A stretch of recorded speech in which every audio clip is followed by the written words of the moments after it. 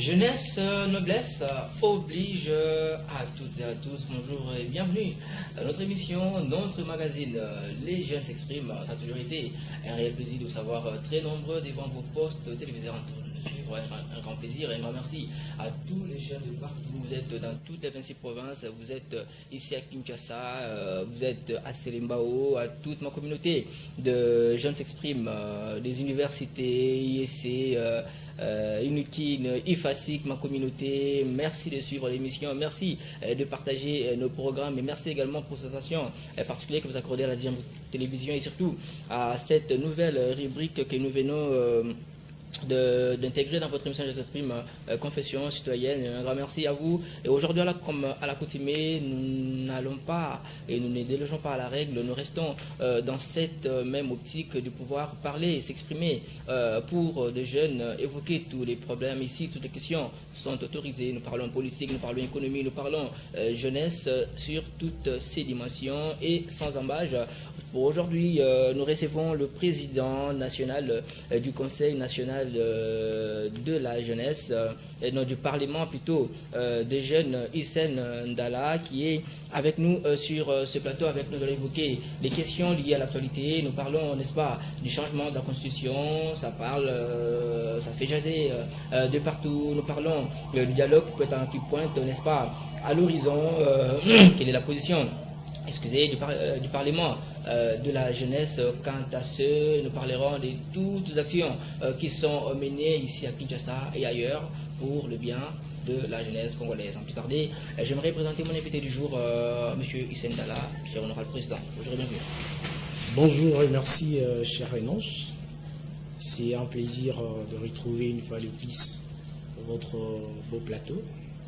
Ça fait belle lurette que nous avions pris part à cette grande émission. Et donc, c'est pour nous aujourd'hui un sentiment de satisfaction de nous retrouver une fois de plus. Très bien, le plaisir est partagé, très cher honorable président, et nous vous remercions également de toujours répondre présent à nos invitations. Cela démontre vraiment l'importance que vous accordez à la jeunesse et cette devoir de rédévabilité en même temps.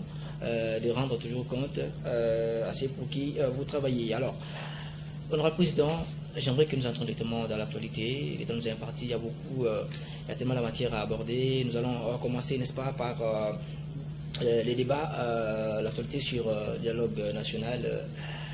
Est-ce que vous trouvez que c'est vraiment opportun aujourd'hui d'aborder cette question sur le dialogue compte tenu des enjeux actuels de guerre à l'Est, de ce qui va avec? Est-ce que vous pensez aujourd'hui qu'en tant que président de cette institution, qu'il y a nécessité, qu'il y ait dialogue? Oui, il est très important d'évoquer la question de dialogue inclusif au niveau de notre nation. Au regard de tout ce qu'il y a comme enjeu sécuritaire, humanitaire, politique, institutionnel et autres, le chef de l'État en tant que garant des institutions et du bon fonctionnement du pays a trouvé nécessaire de vouloir rassembler les fils et filles du pays autour d'une même table afin de booster ou de bouter hors d'état de nuire l'agresseur de la République démocratique du Congo qui n'est autre que le Rwanda. Donc il est bien évidemment important et voire même nécessaire de pouvoir s'entraider, mettre toutes les énergies ensemble des fils et filles du pays pour que la souveraineté de notre pays soit bien évidemment protégée ainsi que son intégrité territoriale. Donc il y a nécessité et il est opportun de pouvoir évoquer cette question de rassembler les fils et filles du pays. Beaucoup de gens se posent des questions sur cette question du dialogue. Est-ce que le fait que le président ait accepté qu'il y ait dialogue va résoudre les problèmes liés à l'insécurité? Parce que nous savons que parmi, n'est-ce pas, les principes que les chefs ont fixés, c'est qu'il n'y ait pas de personnes qui ont, n'est-ce pas, trahi la nation, qui ont tué les leurs. Ils ne peuvent pas participer au dialogue. Pourtant, nous sommes tous d'accord que, nous sommes tous au courant que ce sont ces personnes-là qui sont à l'est du pays, qui continuent à faire leurs pratiques que nous condamnons toujours. Est-ce que cela pourra, n'est-ce pas, ramener la paix si nous faisons un dialogue seulement avec ceux qui sont à Kinshasa? En fait, jusque-là, le président de la République, les garants du pays, après avoir reçu les chefs religieux, vous conviendrez avec moi que l'annonce après l'audience de la part le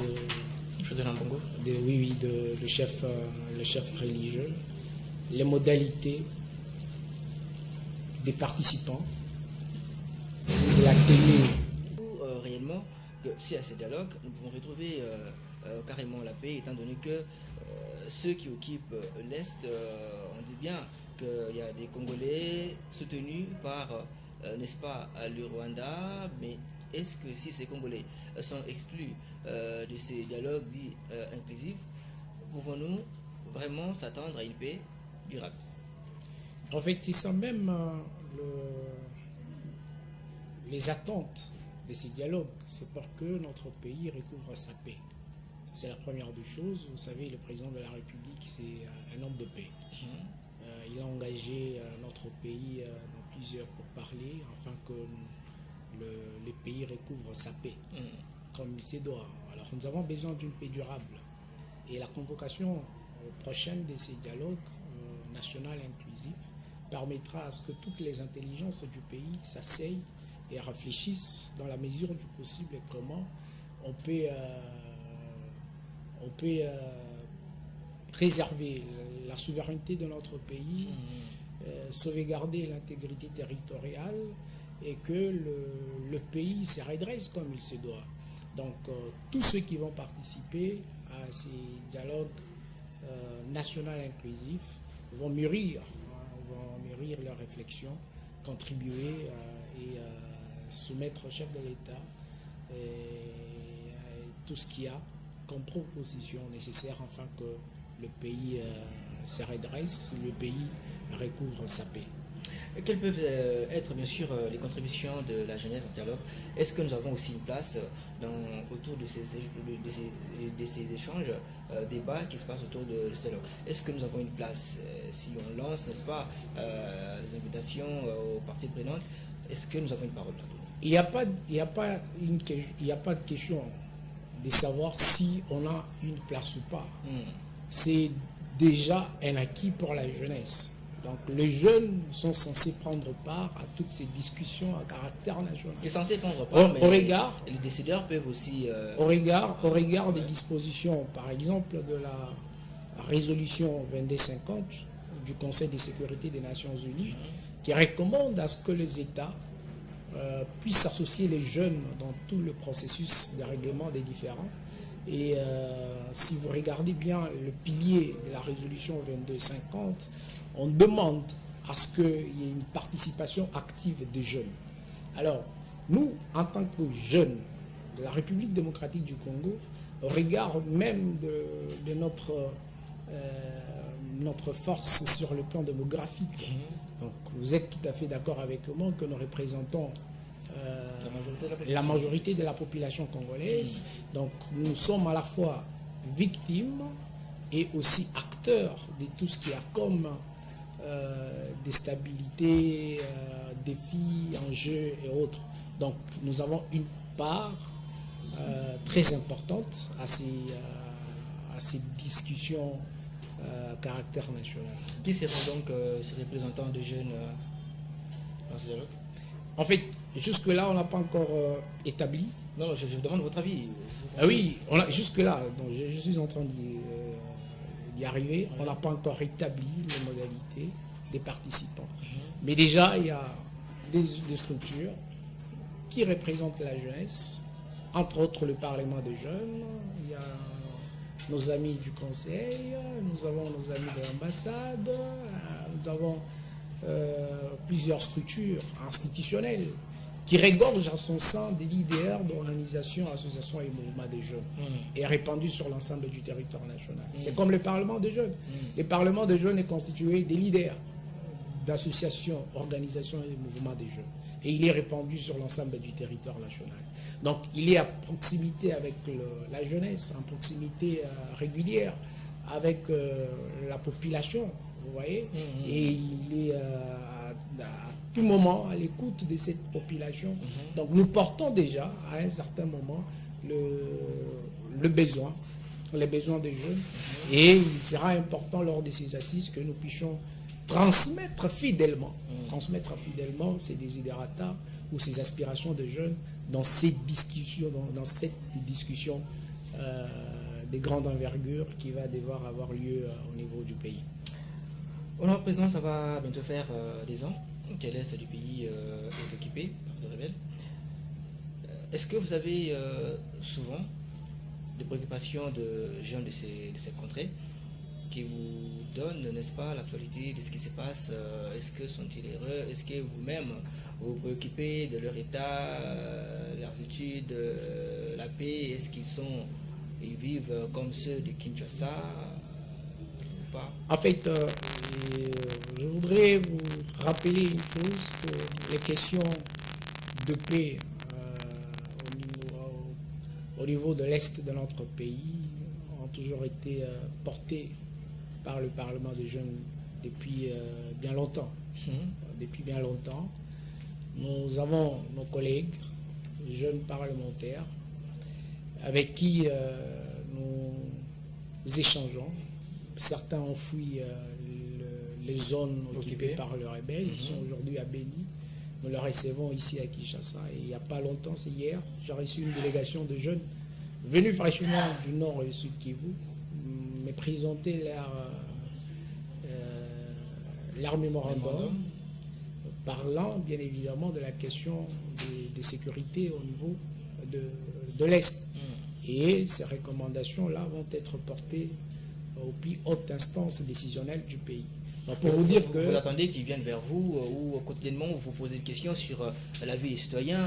C'est pas seulement les attendre de venir auprès de nous. Oui. Nous également, nous organisons des descentes, nous organisons des séances d'entretien ou de proximité avec nos collègues. Question de bien être informés de leurs conditions de vie. Qu'est-ce qu'ils vous disent alors? Ils vous disent quoi?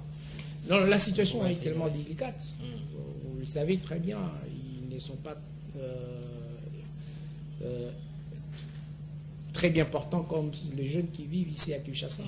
Donc là-bas, il y a la guerre, il y a les violations de droits humains, les conditions de vie ne sont pas bonnes, les conditions sociales, économiques, communautaires et autres restent à désirer. Donc c'est un bilan ou un tableau noir de la situation qui prévaut aujourd'hui à l'est du pays. Qu'est-ce que vous, le Parlement jeune, vous faites? Je parle plutôt de toutes les institutions de la jeunesse. Vous faites pour qu'il y ait l'établissement de la paix?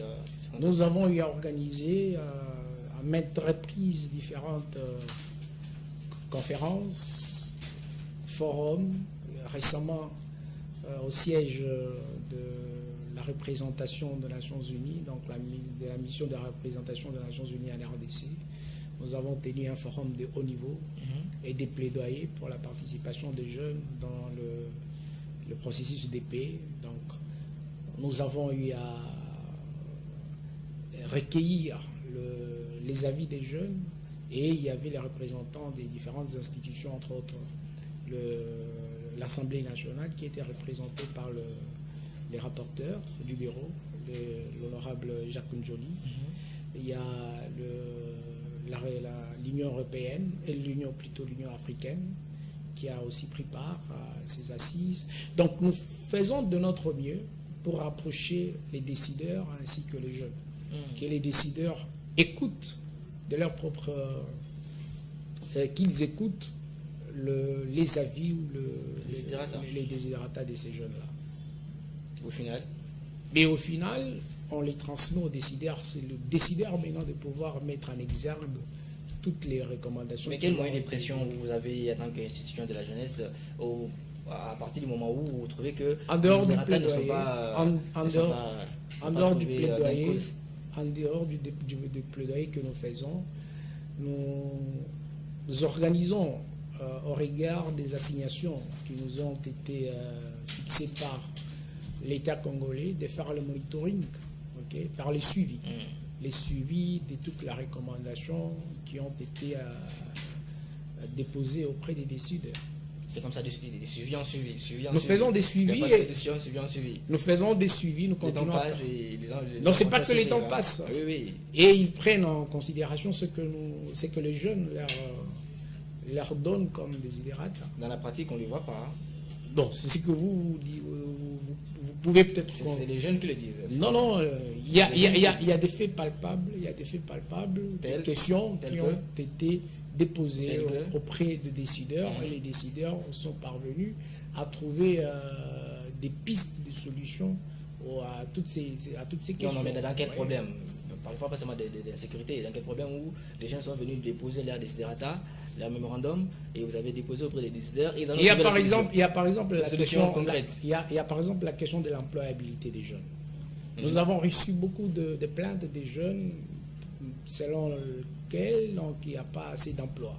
Et c'est vrai. Le taux du chômage est trop élevé en République démocratique du Congo. Oui. Alors, après avoir regroupé toutes ces plaintes, nous avons eu à déposer ça auprès des décideurs. Et il n'y a pas longtemps, le chef de l'État a organisé toute une table ronde sur la question de l'emploi des jeunes. Ouais. Il y a récemment la ministre de la Jeunesse, Excellence Grâce Amy Coutinho, qui a organisé les villages des opportunités. C'est pour rencontrer les desiderata de la jeunesse. Parlons des villages d'opportunités. Oui. Quelles sont les opportunités que les jeunes ont eues à ça? Beaucoup de jeunes. Nous avons eu des témoignages de beaucoup de jeunes. Hein? Beaucoup de jeunes ont eu. Il y a beaucoup de jeunes qui ont eu, à capitaliser, à saisir. Je vous dirais les contraires. Moi également, j'ai des exemples palpables des jeunes qui se sont rendus au village des opportunités. Ils sont sortis, ils ont eu à capitaliser, ils ont eu à bénéficier. Qu'on peut retracer? Oui, qui peuvent être retracés facilement. Il y a des jeunes qui ont bénéficié les stages professionnels et au niveau par exemple de l'INPP. Les jeunes étaient partis, ils n'avaient pas d'emploi, ils n'avaient pas d'opportunité. Mais en arrivant au village des opportunités, bon, l'INPP est là, on offre une formation dans tel domaine. Et voilà, aujourd'hui, certains jeunes se retrouvent facilement. Il y a aussi des jeunes qui ont bénéficié des financements de leurs projets. Ils sont venus au village des opportunités, ils ont présenté leurs projets. Leurs projets ont été analysés et puis on a jugé bon que ça valait la peine de pouvoir le financer. Ils sont financés aujourd'hui. Ils se sont lancés dans l'entrepreneuriat. Non, on peut bien vous dire le contraire. Hein. Les faits que je suis en train de vous présenter sont palpables. Si vous voulez, même prochainement, on peut venir avec ces jeunes, ils vont témoigner dans votre plateau. Vous mettez ça aux jeunes, parce que nous avons, apparemment, c'est nous qui avons... Il n'y a pas de souci, il n'y a pas de souci. Il y a ces jeunes-là qui ont bénéficié de ces opportunités, qui vont le témoigner dans votre plateau. J'aimerais le recevoir ici, pour qu'on échange. Mais nous avons bien les contraires. Eh bien, vous savez... On ne peut pas résoudre tout le problème du monde dans le même moment. C'est vous qui avez évoqué les opportunités. Oui, je vous ai dit qu'il y a de faits. Tant de problèmes, tant de réclamations, mais je me dis, mais c'est pas moi qui ai organisé ça. Non, je vous ai dit, je vous ai répondu qu'il y a des faits palpables de jeunes qui se sont rendus au village des opportunités. Ils ont saisi des opportunités aujourd'hui. Ils se sont lancés dans l'entrepreneuriat. Au-delà des financements que vous recevez des nations internationales non justifiés, Qu'est-ce qui n'est pas justifié? Il paraîtrait qu'il y a tant de sommes qui sont... Les sommes qui est versées... Non, vous êtes un journaliste. Vous êtes un journaliste. Quand vous posez une question, vous devez vous rassurer que réellement... C'est bien rassuré, monsieur. Il y a une source fiable. C'est bien rassuré. Il y a une source fiable. C'est bien rassuré. Alors, au moins, vous rencontrez le fait. Vous reconnaissez au moins qu'il y a des financements qui viennent pour le compte de l'emploi des jeunes qui viennent des instances internationales. que vous n'arrivez pas Quel à financement, créer, par exemple? Quel financer des non, jeunes, soyons créer des emplois pragmatiques. et autres. Soyons pragmatiques. Quel financement, par exemple, qui est venu de telle part et Vous qui ne n'a recevez pas été- les financements des Nations Unies et autres? Les Nations Unies ont donné les financements Oui, oui, oui. pour l'emploi Oui, des jeunes. oui, On à n'a travers pas le ministère de la Jeunesse. On n'a pas encore reçu ça. On n'a pas encore reçu ça. Si l'argent est là pour la jeunesse, pourquoi on va s'accaparer? Il faut laisser cet argent et donner aux jeunes. Si vous avez des documents de ces financements, les sommes, venez nous voir. Et puis nous allons vous dire que, bon voilà, c'est vrai ou faux. Vous avez besoin d'un débat de chiffres alors? Ah oui! Ah, je vais vous aider. Vous allez organiser une émission, je vais vous aider avec les chiffres. Il n'y a pas de Si c'est souci. vraiment Donc, ce que s'il vous y a voulez. un financement, Oui, oui, oui. nous avons toujours été clairs, honnêtes et sincères. Hein. Donc nous sommes là au service de l'État, au service de la nation, au service du peuple. Ouais, nous sommes des serviteurs du peuple. Honorable Président. Nous devons rendre compte au peuple. Très bien. Parlons d'abord du chômage.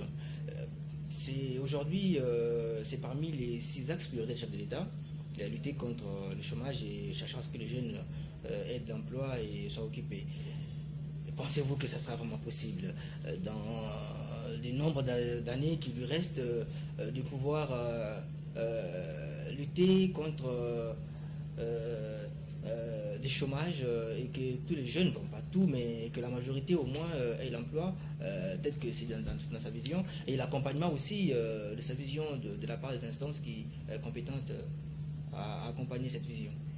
En fait, le chef de l'État, c'est quelqu'un qui a une bonne volonté et qui est beaucoup sensible aux questions des jeunes en particulier. Oui. Vous voyez, vous pouvez même le constater, il est de ces rares chefs de l'État au niveau africain, voire même dans le monde, Oui. de pouvoir approcher de temps en temps les jeunes. Vous voyez. Pour ce qui est de l'employabilité des jeunes, le chômage, ainsi de suite, les stratégies sont en train d'être peaufinées du jour le jour pour qu'on puisse réduire les taux de chômage en RDC.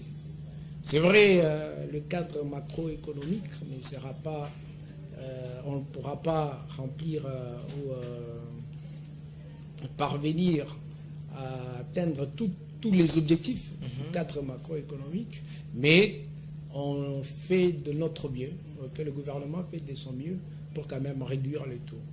Et c'est vrai, ça peut prendre de temps. Il y a des questions qui peuvent être résolues à court, à moyen et à long terme. Vous voyez, donc il y a toute une politique d'emploi et de réduction du chômage. Très bien. Et qui est en train d'être mise en exergue par les services habilités à le faire. Parlons de la révision ou de changement de la Constitution, un débat de plus que la jeunesse s'intéresse aussi, je dirais, de plus en plus. Est-ce que vous êtes pour ou contre le changement ou la révision de la Constitution, vous, en tant que président national du Parlement des jeunes? Des prime abord, l'institution que j'ai le privilège de chapeauter, il promet la démocratie. La démocratie au niveau des bases. Au niveau des bases. Pour dire que la question du changement ou de la révision de la Constitution revient des prime abord au pouvoir discrétionnaire, pas du chef de l'État, mais du souverain primaire qui est le peuple. Vous voyez, c'est le peuple de décider. Alors, en tant que démocrate, ok, c'est un sujet qui fait couler encre et salive. Et nous sommes en démocratie. Laissons que la démocratie puisse primer. Vous voyez? Si le peuple s'est décidé, par exemple, bon voilà, et on doit revoir, certaines dispositions de la Constitution, on peut changer la Constitution. C'est au souverain primaire qui revient ce pouvoir. Par quel moyen? C'est au souverain primaire, les opposants qui revient ses prérogatives, ses pouvoirs. Le peuple est le souverain primaire. En quoi faisant? Laissez le peuple s'exprimer. Nous sommes en démocratie. Oui, oui. Nous sommes en démocratie. Comment procéder? Alors que toutes les méthodes pouvant mener, n'est-ce pas, à l'expression du peuple pour soit le changement ou le refus.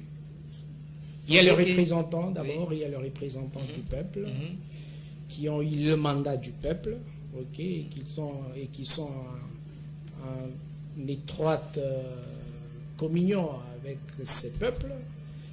Les législateurs, ok, qui sont en train d'étudier toutes les faisabilités possibles. Vous voyez, il y a une loi qui a été votée au niveau de l'Assemblée nationale, la loi sur le référendum.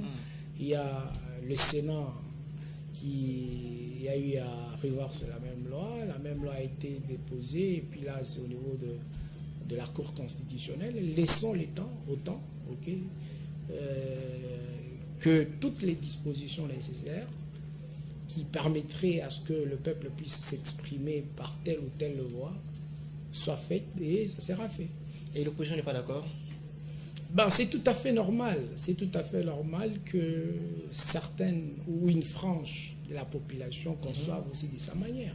Nous sommes en démocratie. Laissez les gens s'exprimer. Vous voyez? Nous sommes en démocratie.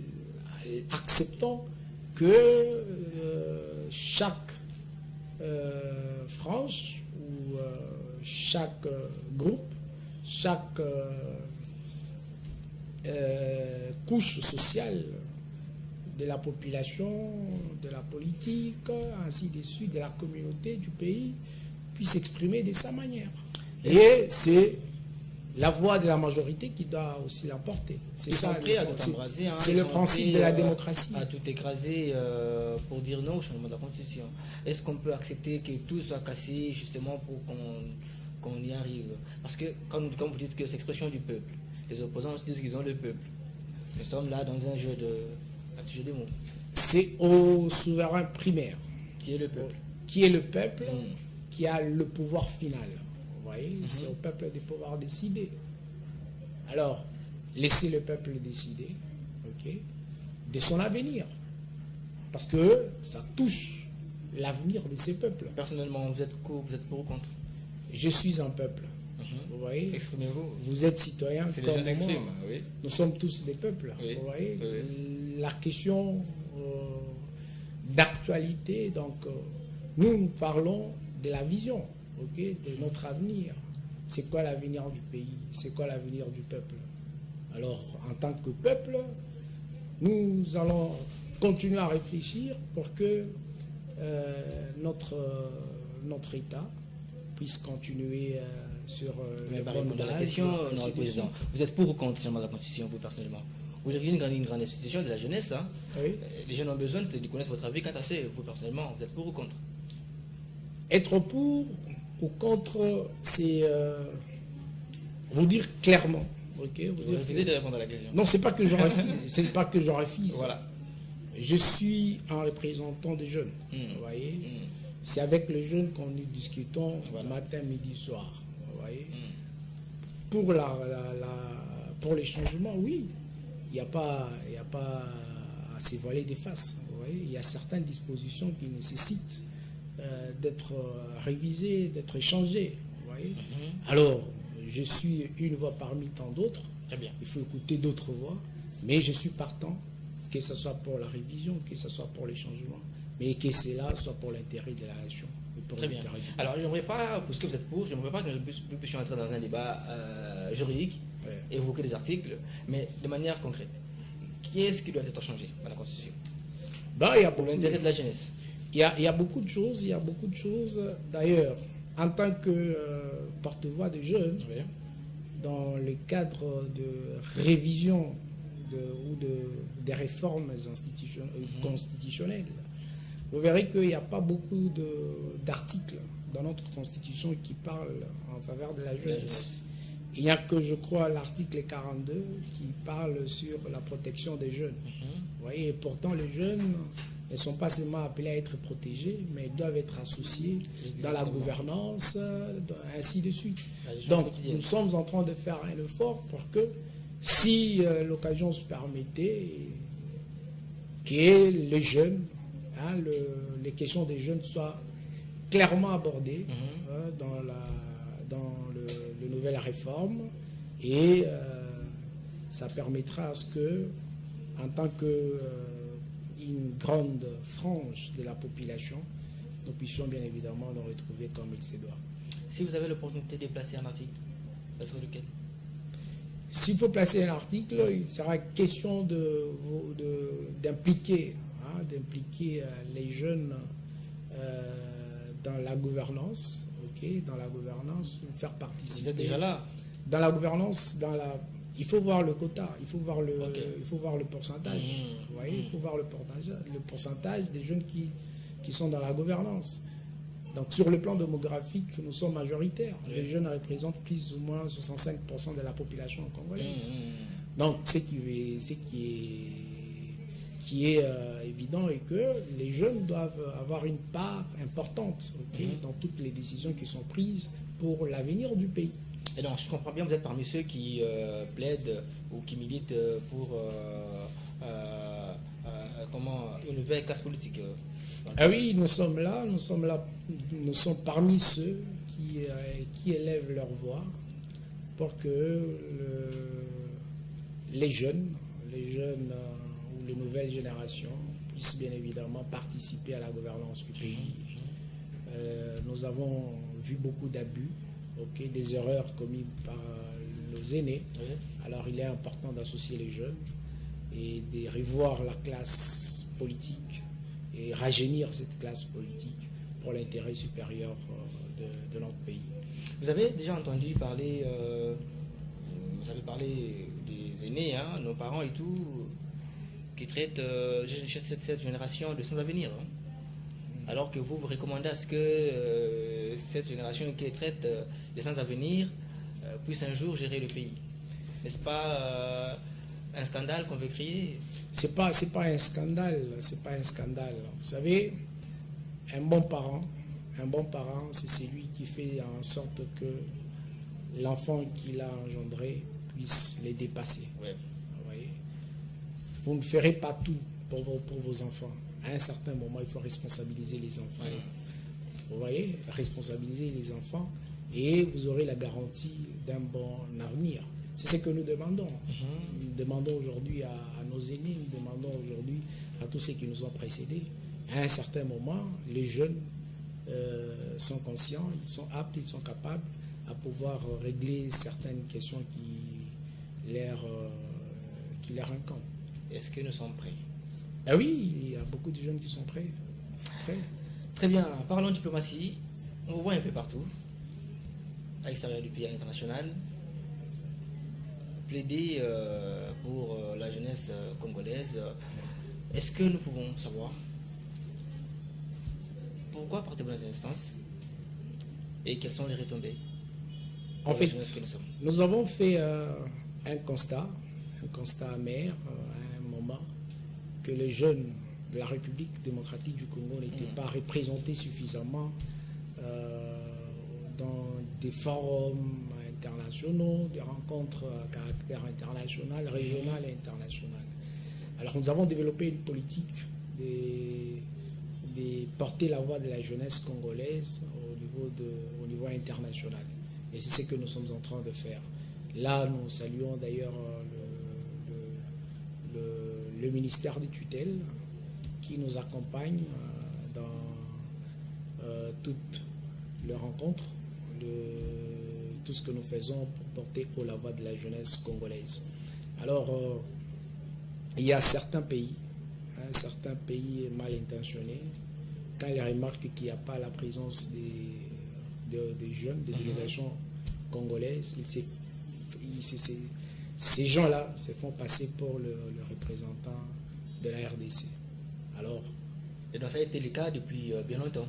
Depuis bien longtemps, dans des forums où il n'y a pas la participation de la RDC, certains pays s'organisent pour prendre la place, représenter abusivement la République. Et quand on va parler des questions, par exemple, régionales, ils vont développer un narratif contraire aux ambitions de la RDC. Aux ambitions, aux attentes de la RDC. Voilà pourquoi nous sommes en train de fournir un effort à chaque fois où il y a des assises à caractère international nous puissions participer et porter la voix de la République démocratique du Congo à toutes ces rencontres. Ça se limite par porter la voix ou il y a des intérêts économiques qui retombent quand vous venez d'évoquer les cas de chômage et tout ce qui va avec. Est-ce que les jeunes peuvent s'attendre à des retombées de ce genre par rapport à tous ces déplacements? Il y a des plaidoyers que nous portons au plus haut niveau, régional et international et mondial. Il y a aussi certaines opportunités que nous rencontrons et que nous ramenons au pays. Que nous ramenons au pays il n'y a pas longtemps. Dans une des rencontres à l'international, nous avons trouvé des investisseurs qui sont capables ou qui sont prêts à venir en République démocratique du Congo pour investir leurs capitaux en faveur de la jeunesse. Okay. Vous voyez? Et donc, ce sont des rencontres pareilles qui permettent à ce que certaines questions soient aussi réglées d'une manière ou d'une autre par le canal de représentants de jeunes. Qu'est-ce que vous attendez des jeunes à travers tout ce que vous faites? Vous attendez quoi de leur accompagnement, leur soutien? Ou vous pensez que non, ce que vous faites, c'est vous qui devrez beaucoup plus donner, mais à la retour... Ce que nous demandons aux jeunes, c'est d'abord la prise de conscience. Vous voyez, les jeunes doivent prendre conscience de leur présent et même de leur avenir. Vous voyez. Si vous ne vous impliquez pas, vous ne vous impliquez pas à toutes les questions à caractère national, local et autres, donc vous verrez que les décisions qui seront prises, vous n'allez que subir. Alors, avant que les décisions ne soient prises, il serait important que vous puissiez émettre vos avis pour que les questions qui vous concernent puissent trouver des pistes de solutions. Nous représentons aujourd'hui la jeunesse et nous avons besoin de l'accompagnement de cette jeunesse. De cette jeunesse et d'être toujours en étroite collaboration, toujours proche de cette jeunesse pour que là où eux ne peuvent pas arriver, nous avons peut-être la facilité d'y arriver. Ils apportent leurs désidérata, nous prenons ces désidérata là et nous les soumettons auprès des décideurs. Honorable président Isendala, on s'approche petit à petit vers la fin de l'émission qui lutte contre l'insalubrité à Kinshasa, et ce sont des jeunes qui travaillent. Est-ce que vous pouvez placer un mot par rapport à ces problèmes? Comment nous sommes arrivés jusqu'à ce point de mettre en place ces services? En fait, je profite de votre micro pour saluer le travail titanesque qui est en train d'être fait par nos frères qui viennent de Kanyama Kasese. Donc c'est quelque chose de saluer. Vous allez visiter Tchango, au niveau de Tchango là-bas. Vous verrez que ils ont eu à ménager et à rendre salubres les artères qui mènent vers l'aéroport. Donc nous avons besoin de patriotes pareils qui se soucient du bien-être, qui se soucient de l'avancement de notre pays. Très bien, ouais. Aujourd'hui, Kinshasa, à un certain moment est mal considéré, mal pris comme étant la capitale la plus insalubre du monde. Vous voyez? Alors, et pourtant, il y a quelques années, on appelait Kinshasa la belle. Donc, s'il y a des initiatives pareilles, et que ce sont les jeunes qui sont impliqués. Autrefois appelé Koluna, surtout ce point-là. Aujourd'hui, ils sont au service de la nation, donc c'est quelque chose à saluer, c'est quelque chose à applaudir. Et voilà, nous appelons même le peuple quinois et quinois de pouvoir porter main forte à ces jeunes courageux, à ces jeunes patriotes qui sont en train de rendre un bon service au pays. Donc, nous continuerons à clamer lorsqu'il y a des bonnes choses qui sont en train d'être faites. Est-ce que c'est aussi un appel que vous faites à beaucoup d'autres jeunes qui vivent encore dans la délinquance, de rejoindre les services nationaux? Oui. Moi, je pense qu'il doit cette fois-ci même avoir des volontaires, des volontaires qui pourront se rendre au niveau de ces services afin d'acquérir certaines notions et qui les aideront dans leur avenir. Vous voyez, la plupart de ces jeunes-là, qu'on appelle les jeunes désœuvrés et autres, donc certains, quand ils quittent les services nationaux, ils quittent Kanyama KCC, ils ont des formations, ils ont des compétences dans certains métiers. Donc voilà, je crois que c'est important de renforcer l'équipe des agents du service national. Pensez-vous que c'est ce qui manquait depuis longtemps? Vous dites? C'est la chose qui manquait depuis toutes ces années. Eh bien, c'est quelque chose qui existait d'abord depuis longtemps, depuis bien longtemps, le service national. Mais il a fallu voir comment y mettre de nouvelles dynamiques pour relancer ces activités. Est-ce qu'il y a encore des éléments, des propositions à donner par rapport à la pratique, la manière de faire, justement dans l'idée d'améliorer cette mission noble? Ah oui, s'il faut leur prodiguer de conseils, c'est d'être focalisé seulement sur les tâches qui leur sont confiées par l'État congolais, de ne pas en abuser et de préserver leur casquette aujourd'hui de bâtisseurs du pays. Parce qu'aujourd'hui, on ne va pas encore les appeler comme des Koulouna, mais ils sont devenus aujourd'hui bâtisseurs.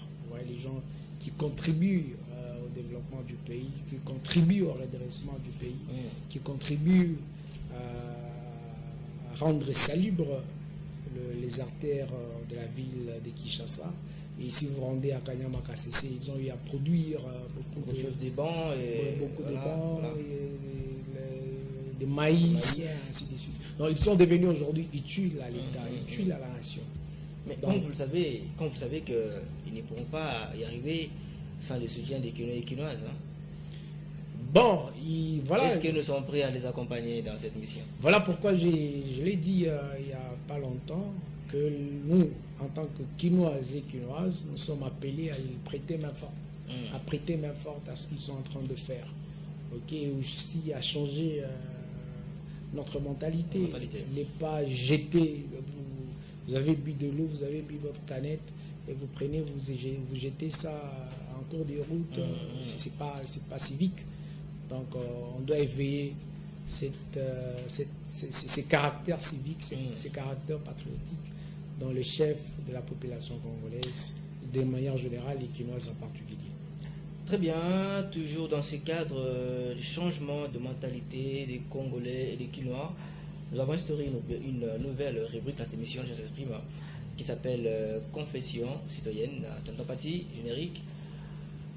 On se retrouve juste après.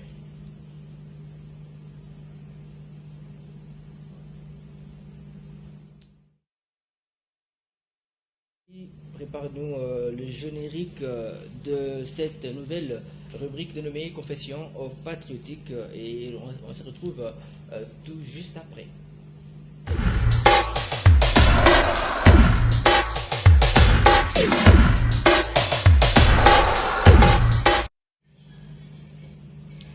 Honorable Président, vous êtes face à la jeunesse. Vous allez nous dire la vérité, rien que la vérité. Il n'y a pas de souci. Sincèrement. Je suis l'un de ceux qui aiment dire la vérité. Ok. Vous allez confesser. Dites-nous, depuis l'indépendance du pays jusqu'à présent, ou depuis que vous existez,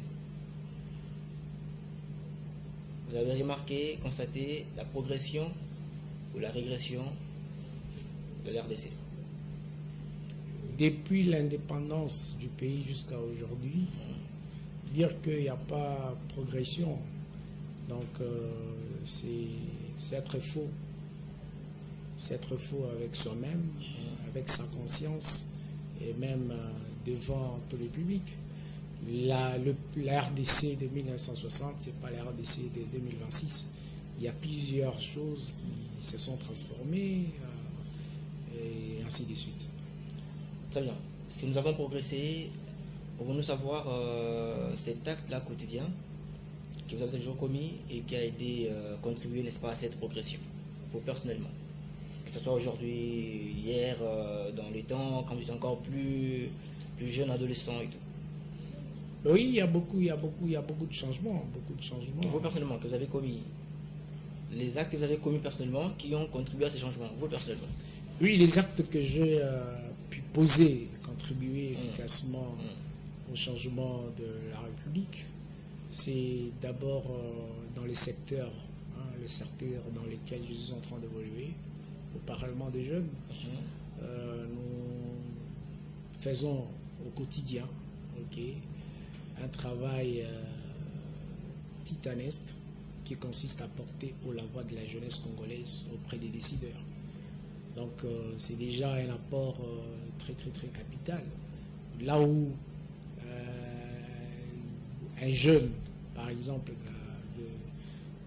de l'intérieur du pays, qui a un problème et qui ne sait pas où le soumettre, ou comment le faire parvenir aux décideurs, par notre canal, nous le faisons. N'avez-vous jamais commis une antivaleur? Non. Dans le passé? Non. Étudiant? Non. Corruption? Non. Vous allez voir mon CV, mon état, les certificats d'état civique, ainsi de suite. Donc vous verrez que même devant la loi, nous sommes... Même des actes liés à l'insalubrité, jeter des bouteilles par terre. Je suis un repère de la jeunesse. Okay. Donc je ne peux pas m'adonner à tout ce qui a comme antivaleur.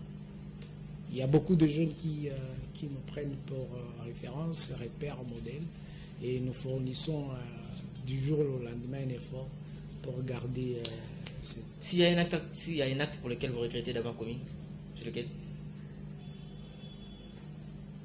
Un acte patriotique que je regrette ne pas avoir commis.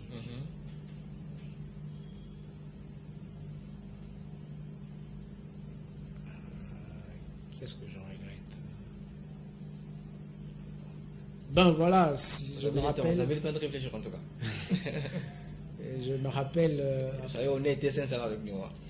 Je me rappelle, après notre descente à Goma, dans le camp des réfugiés à Kanyaruchinya, nous sommes revenus à Kinshasa. On avait promis de faire un état des lieux de la situation sécuritaire et humanitaire qui prévaut de l'autre côté.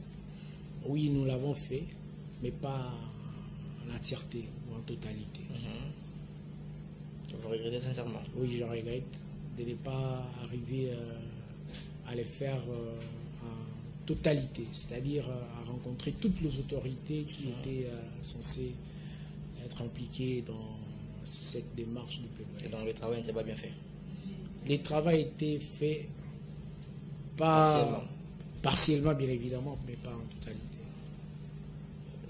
Vous prenez un engagement devant la jeunesse, vous leur dites que vous regrettez de l'avoir commis, et vous promettez de ne plus jamais le faire devant la caméra. Je promets à mes compères jeunes que dorénavant, nous ferons de notre biais pour porter haut la voix de la jeunesse congolaise aux plus hautes instances décisionnelles du pays. Honorable Président, merci d'avoir répondu à notre invitation. C'est moi qui vous remercie, cher Enoch, pour cette invitation. Nous avons eu à parler, nous sommes exprimés au nom de la jeunesse de notre pays. Et je crois que dans les prochaines émissions, nous n'hésiterons pas de répondre et de converser avec la jeunesse au travers de votre mission.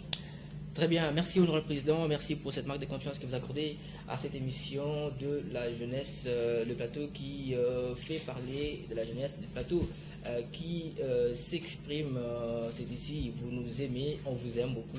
Comme je l'ai toujours dit, que sans vous, on ne peut pas exister. Nous recevons des messages de partout dans le monde entier et cela nous fait énormément plaisir. Pendant le moment quand on n'a plus d'émission, laissez-moi exprimer ici toute ma joie et de connaître que vous nous suivez et que vous aimez le travail de qualité que nous vous produisons, et avec le temps, nous continuons toujours à faire les efforts de faire encore de mieux en mieux le travail qui vous plaît. C'est la fin de l'émission. Nous avons reçu, je rappelle, le président du Parlement national, du Parlement des jeunes de la RDC, honorable président Hissène Ndala.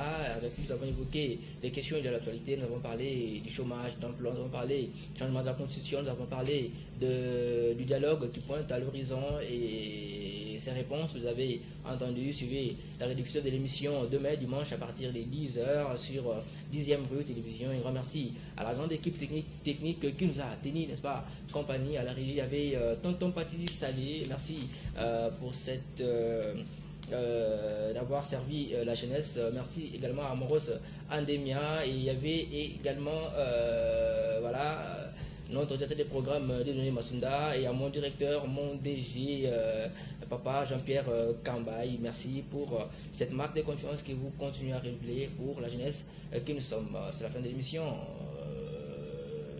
Restez chez vous en bonne santé. On se retrouve très prochainement, espérant que vous en serez. Nous serons là toujours vous servir. Avec le plaisir. Au revoir et au week-end chez vous.